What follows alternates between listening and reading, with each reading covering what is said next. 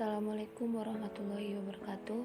Perkenalkan, nama saya Nila Oktaviani, NPM 201500058, Prodi Vokasional Informatika 2A. Di sini saya ingin menjelaskan apa itu database MySQL. Pengertian dan kelebihan dari MySQL.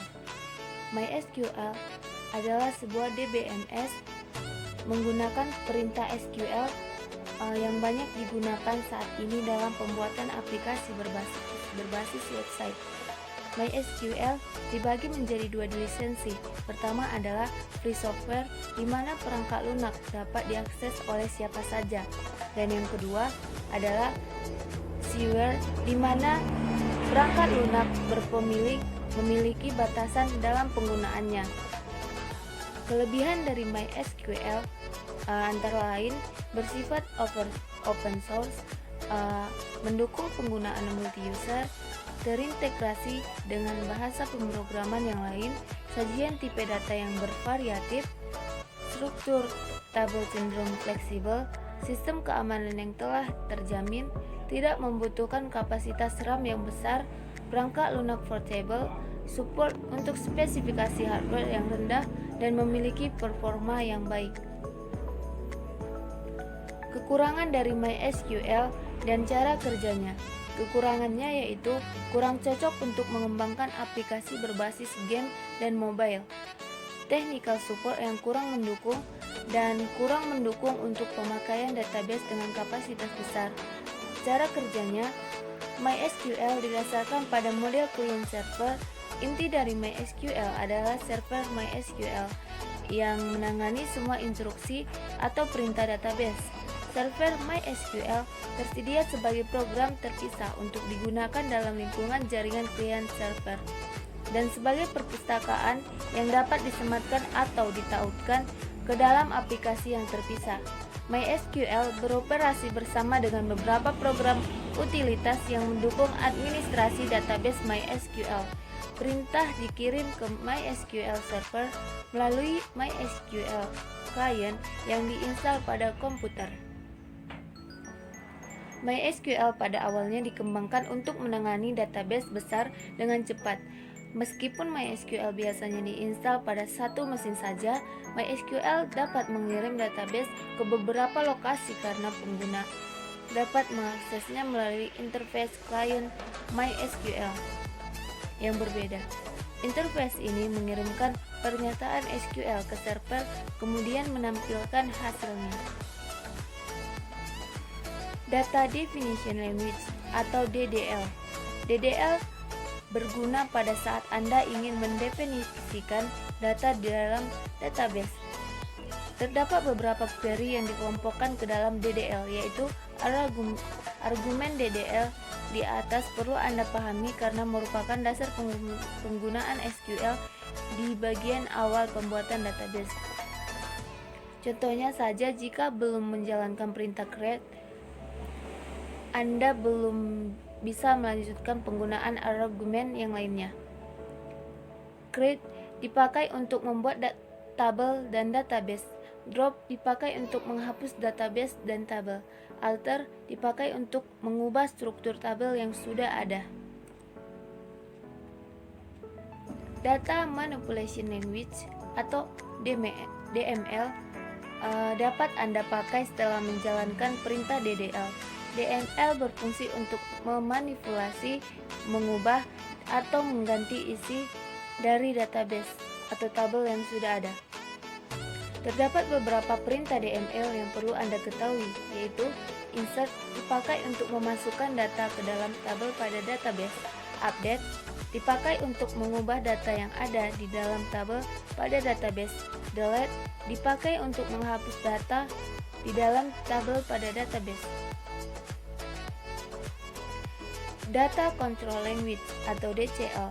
Jika Anda sudah mempunyai user dan ingin mengatur hak akses masing-masing user, Anda sebaiknya memahami berbagai macam jenis DCL dan cara menggunakannya. DCL berguna untuk memberikan hak akses database, mendefinisikan space, mengalokasikan space, dan melakukan audit penggunaan database. Terdapat beberapa perintah DCL yang perlu Anda ketahui, seperti grant dipakai untuk membersihkan izin kepada user untuk mengakses database. Revoke dipakai untuk membatalkan izin user untuk mengakses database. Commit dipakai untuk menetapkan penyimpanan pada database, dan rollback dipakai untuk membatalkan penyimpanan pada database. Tipe data numerik.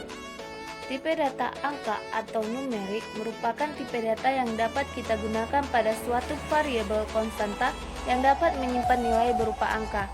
Pada tipe data angka terbagi menjadi beberapa jenis seperti pada kolom tabel di bawah ini. Yang pertama, dingin. Fungsinya menyimpan data bilangan bulat positif dan negatif, jangkauan dan ukuran sudah ada pada tabel. 2. Smallin berfungsi menyimpan data bilangan bulat positif dan negatif dengan jangkauan dan ukuran yang sudah ada di tabel.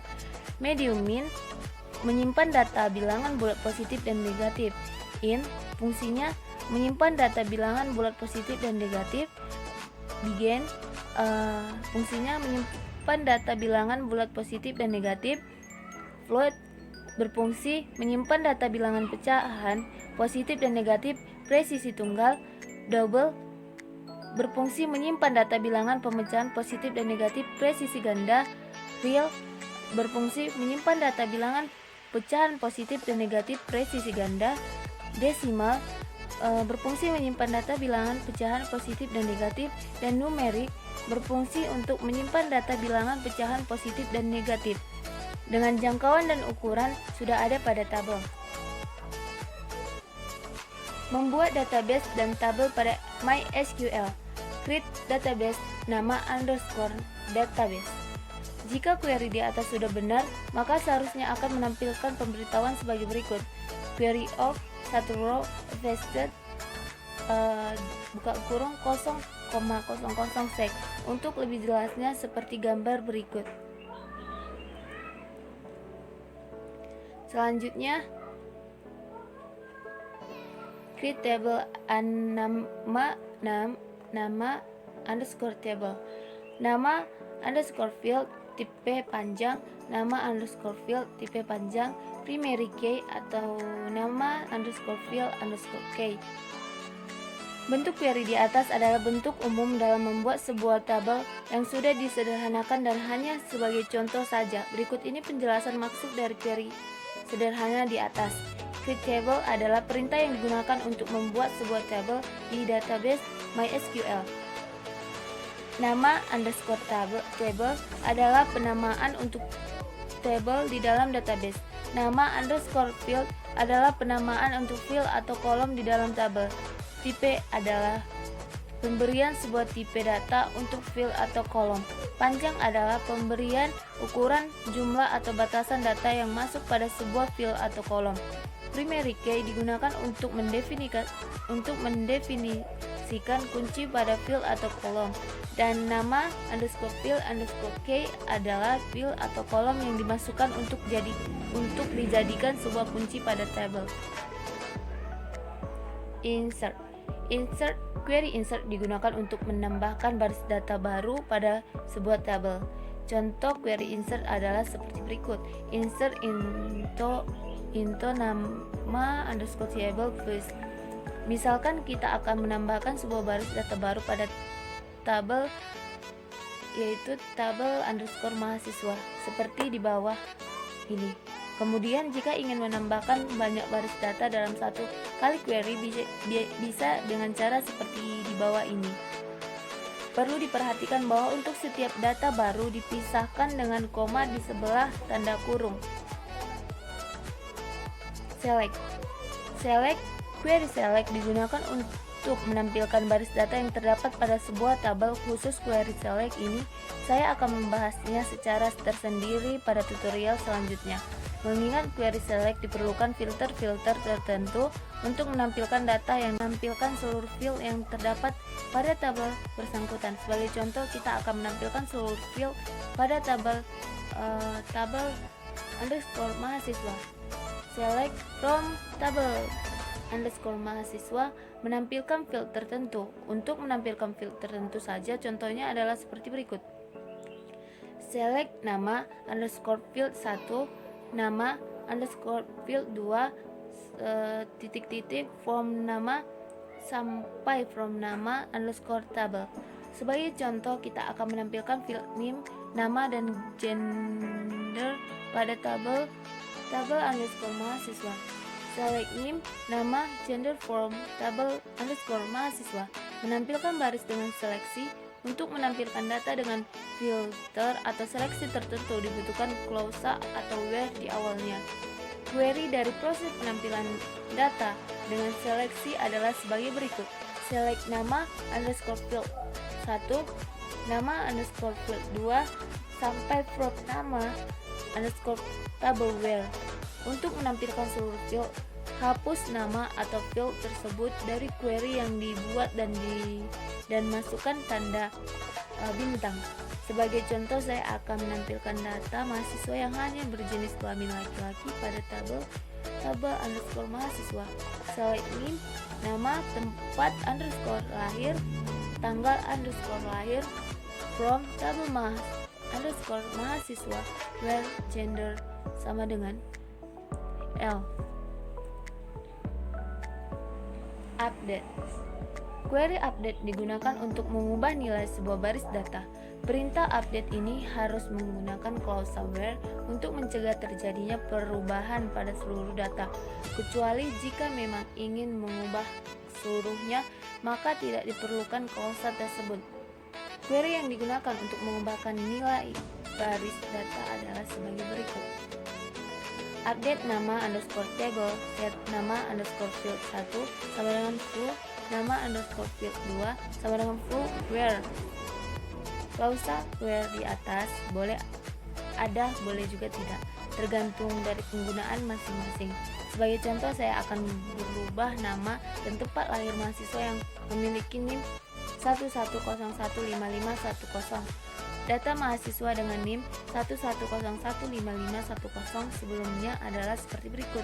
Nama Khairul Anam, tempat lahir Jakarta, akan diubah menjadi nama Khairul Anam bin Malik, tempat lahir Jakarta Selatan.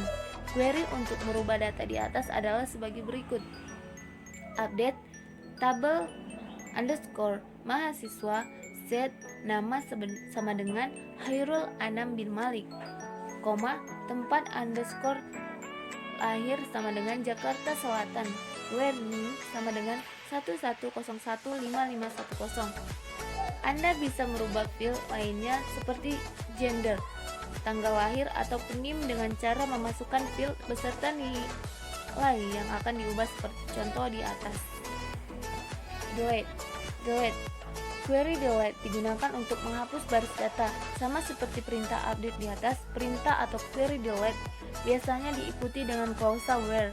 Untuk menghapus data secara spesifik, jika query delete tanpa adanya klausa where, maka seluruh data pada tabel tersebut akan terhapus semuanya pada satu kali query. Adapun query yang digunakan untuk menghapus data pada sebuah tabel adalah seperti berikut. Delete from name underscore table where. Klausa where boleh ada, boleh juga tidak, tergantung penggunaan masing-masing seperti yang telah saya jelaskan di atas. Sebagai contoh, saya akan menghapus data pada tabel underscore mahasiswa yang memiliki NIM 11015511. Misalnya, maka query yang dijalankan adalah seperti berikut. Delete from table underscore mahasiswa where NIM 11015511. Terima kasih yang sudah menonton. Sekian, wassalamualaikum warahmatullahi wabarakatuh.